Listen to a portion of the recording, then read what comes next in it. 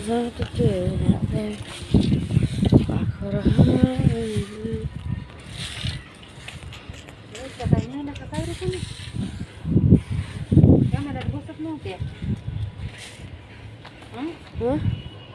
नेलं का काय तुम्ही काय मिरच्या वाळा घातल्या होत्या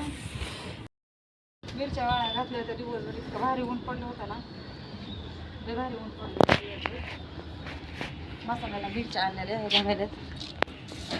वाळाय घातल्या होत्या मस्त दिवसभर मिरच्या पण वाळल्या धुणं पण वाळलं आणि एवढं ओललं आहे आता हे विडीच्याला नेतो